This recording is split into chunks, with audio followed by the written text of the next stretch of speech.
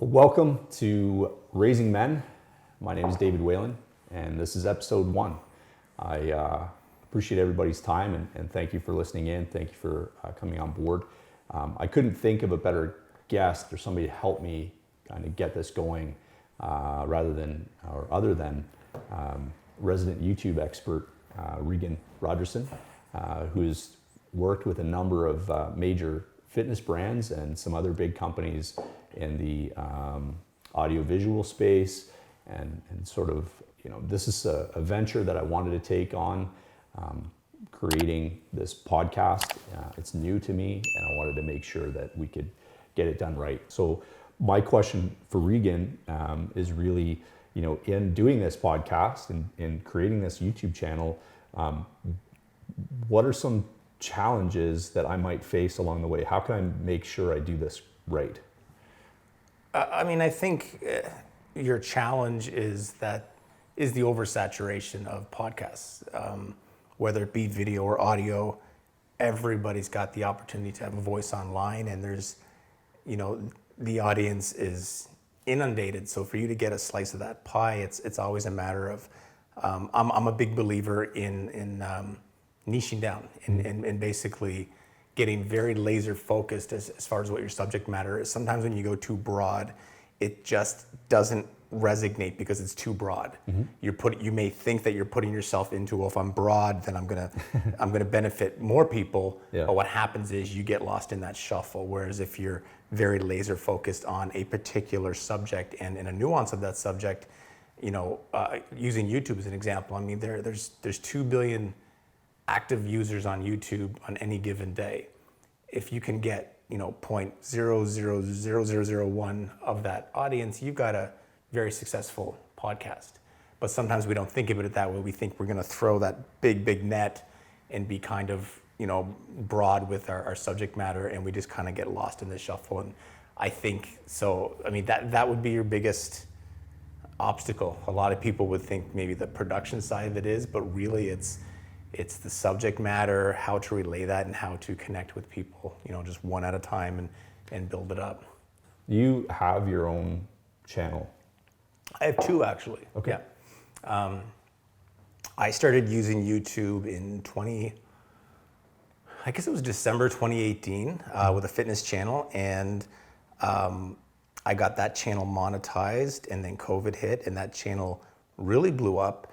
And the thing that was different about my channel, with my background in health and fitness, sales, product development, those sorts of things, I kind of understood the sponsorship side of fitness fairly well. Mm-hmm. And I was able to, with under 10,000 subscribers, wow, have a pretty lucrative a channel between sponsorships, affiliate marketing, all that different stuff. So I set up a second channel and I started kind of vlogging about what I'm doing with this channel, because again, one of the things that a lot of people, particularly fitness people, when they go into the YouTube space, is they think the only way to profit is to have 1 million subscribers or some crazy number, and it's not really the case if you treat it like a business and you do it properly. And so I started developing the second channel, and that was very, very focused on people who were trying to build fitness brands, and that was Fitness Marketing Hub. And that channel started making money at 100 subscribers. Okay. Because it's just as simple as putting out, little one-on-one consultations and, okay, selling small ticket items like interval timers for workouts and stuff like that. Mm-hmm. So now that channel's fully monetized. It has 8 different income sources that come in through it. Wow. And it actually makes more money than the fitness channel now. Wow. And it only has 2,000 subscribers. And the fitness channel, I think last count, had about 24,000. So yeah, I essentially could be making a living off YouTube right now. I still do other stuff like this, but yeah, it's very doable. I mean, obviously you have kids, and sort of coming from the background, I believe, if I recall, you started out with wrestling, and getting into fitness that way. How have you sort of found having this business, mm-hmm, and also trying to be a father and what challenges have you faced along the way? Well, coming from an entrepreneur mindset, I've tried I've tried a lot of different ways of doing what I do. My background is journalism.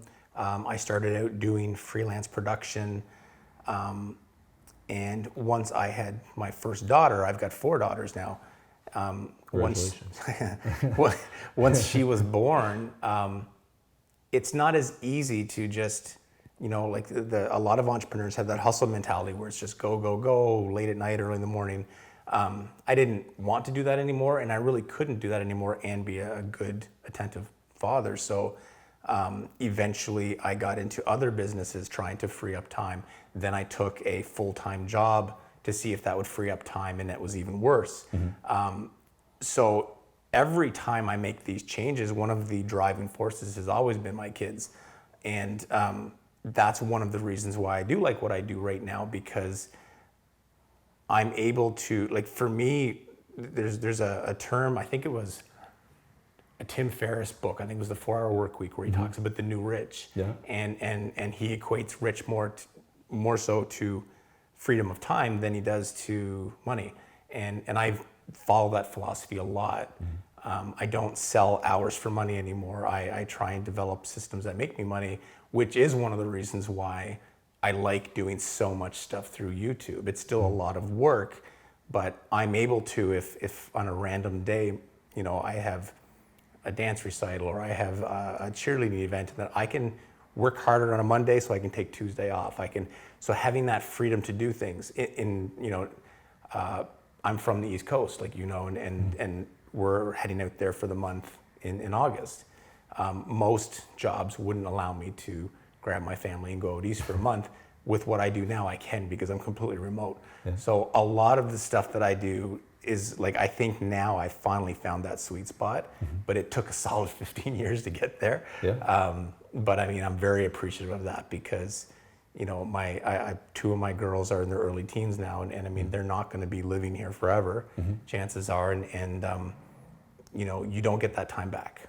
And I think it's important to not only realize that, but keep that in your head at all times, because it's very easy for us to get caught up in personal business goals and things like that. And it's like, I got lots of time to do that. I don't have lots of time to take my kids to the flea market or little farmers market, things like that. And so that's very much where priority 1 is now. I feel like for a period of time, especially when I first had children, I was sort of going through life, I'll say relatively unconscious. So just operating, functioning, started a brand, really didn't know exactly what that meant or how to get it going. I was recently married, I just had a child, there was so much going on, and it got to a point where in 2016, my life essentially imploded. I had a heart attack in November of 2016. I was only 38 at the time. I had a business that was suffering because of challenges that come up through business, which I wasn't prepared for. My marriage was falling apart, struggling. I was moving, selling a home. There was so much going on in my life. And even at that time, where I thought I was a little more self-aware, I still didn't face a lot of the things that were creating challenges. And it wasn't until maybe a couple of years ago that I really started digging in and looking for resources and looking for ways for myself to become a better professional, become a better entrepreneur, reaching out to people like yourself for support with Naked, finding a life coach, finding a therapist, dealing with all of the things that were distractions in my life that were causing so much inner turmoil.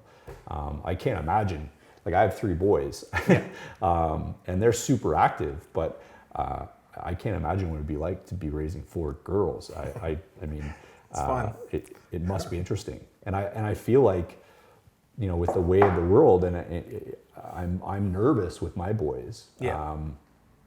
How do you feel like things are with your young girls, and sort of, life moving forward? I'm sure you must be facing challenges with life in general, trying to raise a business, but also guide those girls. What is it that you're sort of seeing? We're pretty lucky. I mean, I think everybody thinks this, but I do think that I have very good girls. I think they've been raised well. They've got good manners. They know what's right, what's wrong, and for me, it was very hard because I grew up with brothers. I grew up with cousins who were boys. Everybody was boys, and all of a sudden I get hit with 4 girls. So it was a learning process for me as well. But I love it. I wouldn't have it any other way. I had people joking after, because my youngest 2 are twins, and after that, oh, are you going to keep trying for a boy? And it's like, absolutely not. And it's, that was never a thing. Like we were going to have what we were going to have. And Yeah. and no, my girls are really good. We believe in keeping them very active. Yeah. I think when kids become idle, that's when bad influences can come in, and so we try and keep them active. We try and get them to try new things. We try and get them to anything they want to try. They commit to it for a certain amount of time and give it a chance. Excuse me. But yeah, I mean, I really can't complain. They don't really give us too many issues. And I find that myself as a young man, again, being less self-aware, all of the challenges that I faced along the way have made me a better father.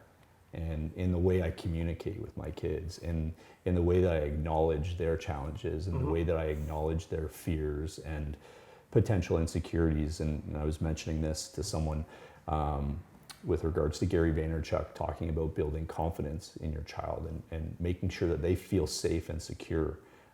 Are there things that you maybe personally faced as a young man that you've been able to acknowledge and maybe made you a better self-aware father, a better self-aware man? No, I really, when I look back at my own childhood, we were very fortunate. We had very attentive parents. God is, I don't recall wanting too much that I didn't have. I mean, we were middle class. We weren't a rich family or anything like that. But I had a very good upbringing, which that in itself, I think, instilled qualities in me that had me prepared for the role of guiding these girls. I think the only hardship that I may utilize with my girls a little bit is when my brother passed away, and this happened as an adult. This happened 10 years ago, and he passed away from meningitis, very sudden.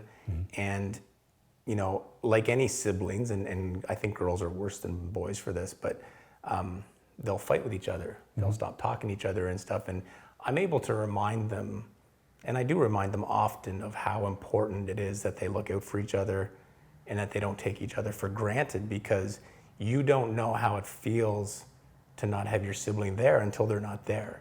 And and I've had this conversation with my daughters and said, like, I can't go talk to my brother. You can go talk to your sister. And to always keep that in your mind, because you don't realize those things until they happen.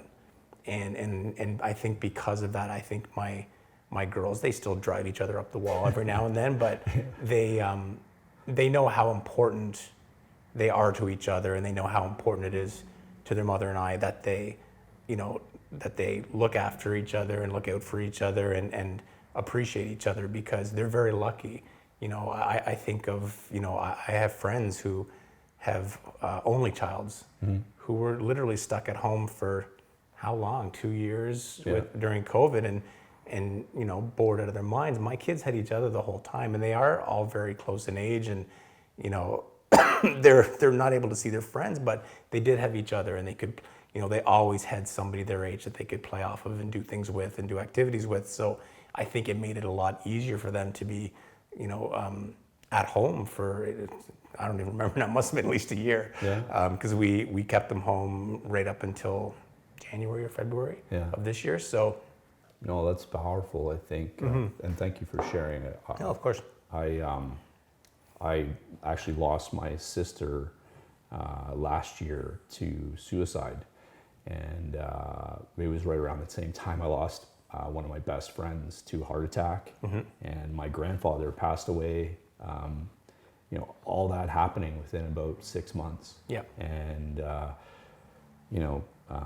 we're coming up to the anniversary of my sister passing away, and it's, I look at those moments like you did with, your brother passing, and it's like, what lessons can we learn from it? And it is that I look back at the situation and I feel like, if I could have those moments back, if I could have that chance back. And so I try, again, being a father, I try to look at my life and say, yeah, there's these pieces of things that I would like to do with my free time. But I love spending time with my kids, and I love investing in my kids. And my parents and other people in my life might challenge me and say, hey, like, why are you spending so much money here? Or why are you, and I'm like, there's no better investment than your children. Yeah. And my boys are doing really well, thankfully, and blessed that way. But yeah, I appreciate you sharing, because I know it's a powerful thing to lose a sibling and want those moments back. And I think it's a great way, again, for us to share that with our children. I think at the very least you learn from it, and you take lessons out of it. There's no silver lining on that stuff, but certainly, up until this had happened, I was immortal.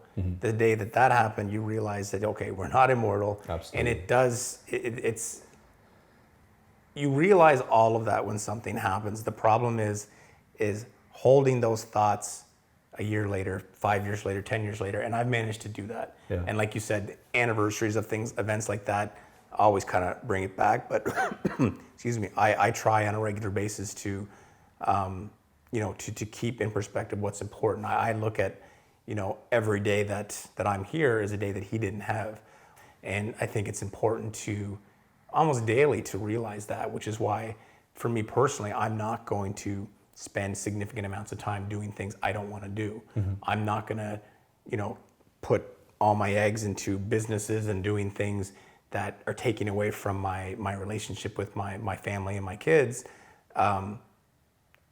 hoping to someday, once I get all this stuff done, I'm going to make all this money, and then we can go do whatever we want. You don't know what's going to happen in the next 5 years, 10. You can't always be planning for the future. You have to find a way to, incorporate into the present and enjoy certain things, as they are. And it's not always a race to a destination. So that's something that I do try, and for better or for worse, it has governed a lot of the decisions that I've made as far as career goes. I've made career decisions that a lot of people thought were insane, but at the end of the day, excuse me, I'm happy. I've got a great relationship with my family, my kids. I'm able to do things that I want, and I've got enough money to do me. I'm good. So, yeah. So that's just basically what I took from it, and again, like I do try and get the girls to remember that as well, and to appreciate their lives, to utilize their time, to not be afraid to try things, and stuff like that. Yeah, no, again, like I said, I think it's all great advice. It's all, important. I think even more important, advice to listeners is being able to reflect on those things, being able to process those things. Again, I've used life coaches, and I've spoken to therapists, and I've, tried to process all of this information as best that I could through all of this stuff. So yeah, I guess, moving forward with regards to this podcast itself, obviously being focused, having a great, ideal audience that you want to focus on. Is there any other advice, anything else that I can do through this to make it a success, or at least, set it in the right direction? I think it's just patience is very important. Particularly, I mean, I know this is not a health and fitness style podcast, but social media in general, a lot of people don't have patience. And it's more important for you to pull in the right audience than a big audience. If you have 100 people that follow you every week and they're responding to your podcast and they're benefiting from it, that to me is far more valuable than having 1,000 people who are casual listeners. So, I mean, be patient, build it up slowly, and listen to your audience. You're gonna find as you go, and there's a thing with YouTube where they say like your first 50 to 100 videos are gonna be terrible. So just bang, get them done. But you do learn, even when I go back to the early days of my channels, my presentation is quite different than what it initially was, because there's just little things you learn as you go that work, some things that don't work, some things that people respond to more than others, and you start to adapt. And so be open to change and be open to giving your audience what they're looking for, and just, be very patient with the process. Cool. So again, thank you very much, Regan. I appreciate your time. Anytime. Regan is helping me with the audio and visual, get this going. This is episode 1. I'm hoping this will be a great success. Episode 1 of Raising Men, and my name is David Whalen. This is Regan Rogerson. Hope that we can follow along in this journey and continue to go share this story and move forward from there. So thank you guys very much for listening.